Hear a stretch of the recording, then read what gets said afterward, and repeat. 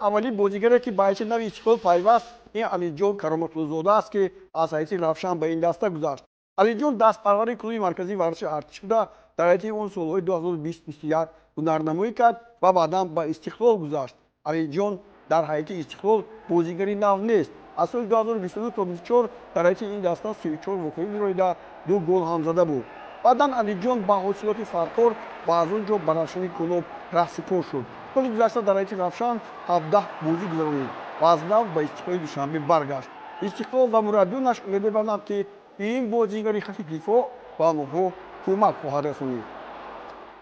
بازیگر دومی که به هیئت استقلال پیوست دیمیترو بیلانووی اوکراینی است که خط حمله را مستحکم می‌کند. کلوب فوتبال استقلال با حمله‌گر اوکراینی دیمیترو بیلانوو شرطنامه همکاری یک ساله را به امضا رساند. این حمله‌ور که قدش 184 سانتی‌متر است، مفصل گذشته را در دسته وقت گذرانیده در لیگ عالی تاجیکستان با زدن 8 گل امکان پیدا کرد. دیمیترو سال 1995 تولد شده تربیت‌گیرنده تیم آوازه‌دار شهرداری دونецک میباشد. او اینچنین در حیث دسته‌های متالیست، زیرکا، دیناموی مینسک و اورال روسیه هنرنمایی کرده است. دیمیترو بیلانوو از روی بهاگذاری ترانسفرمارکت در بازار جهانی فوتبالبازان 200,000 یورو ارزش دارد.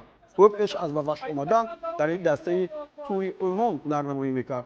بیلانوو تجربه خود را در دسته‌های شهرداری دونецک، اورال روسیه، متالیست خارکوف، دیناموی مینسک و ده‌ها دسته‌های دیگر صاحب شده است.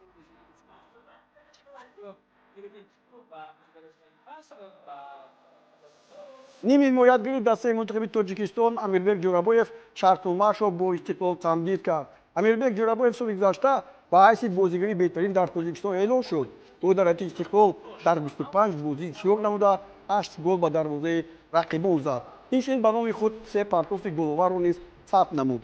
امیربek جورابویف 29 ساله بوده در دسته‌های خیری وحدت، برقچی استقلال، بعدا در حیاط دسته‌های یونایتد سیتی فیلیپین، کیدهی مالایزیا بعدا کلوب ازبکستانی نمایندگی فرغانه بازی کرد و سال 2020 از نو به استقلال دوشنبه برگشت. امیربek در حیاط دسته منتخب تاجیکستان یکی از بازیگران کلیدی به حساب می‌رود و از سال 2014 تا این دم در حیاط آن 59 بازی گزیده 1 گل هم زده است. ارزشش در بازار جهانی طبق فرضیه ترانسفرمارکت 450,000 یورو را در بر می‌گیرد. پاسی گل‌آور احسان پنجشنبه انجام میده. ببینید پاس به مرکز امیربek بدون کار ضربه میزد و دقیق توپ به گوشه بالای دروازه میرود.